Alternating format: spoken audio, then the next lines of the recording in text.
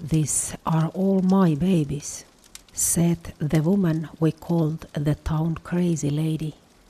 I was maybe 10 years old. My friend and I were hanging around the local park, trying to decide what kind of trouble we could get into that day.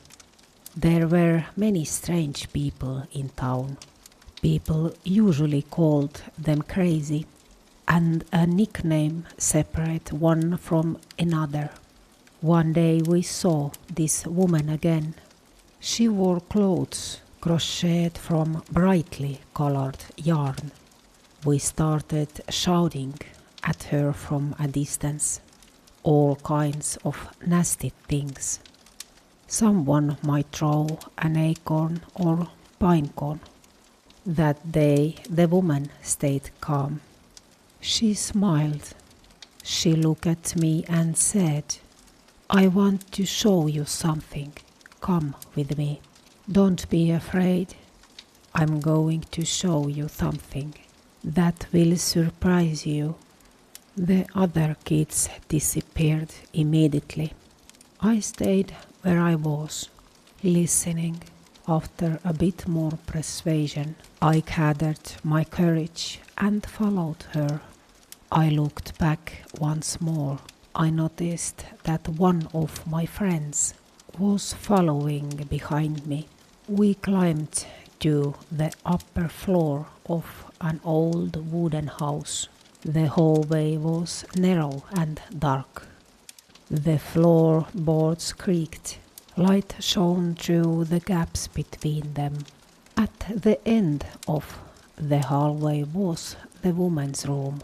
When she opened the door, the room was bright and full of things.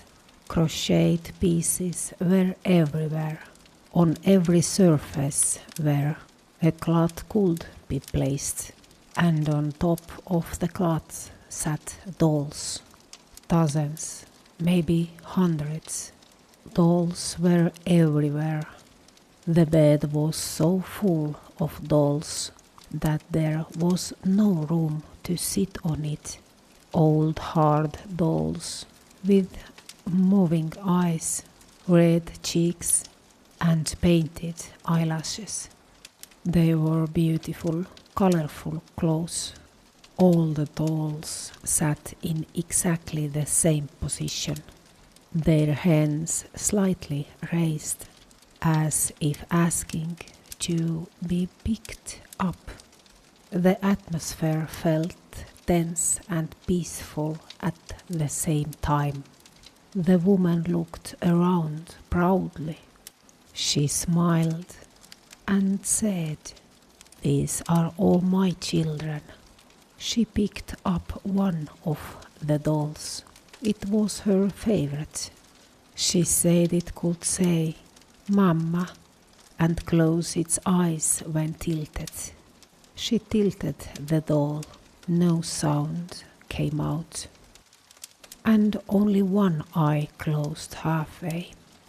There were so many dolls that it was difficult to move around the room without touching them. We thanked her for everything and backed out of the room. Then we ran into the sunlight. My friend asked if they had once been real children. After that, we never shouted at her again.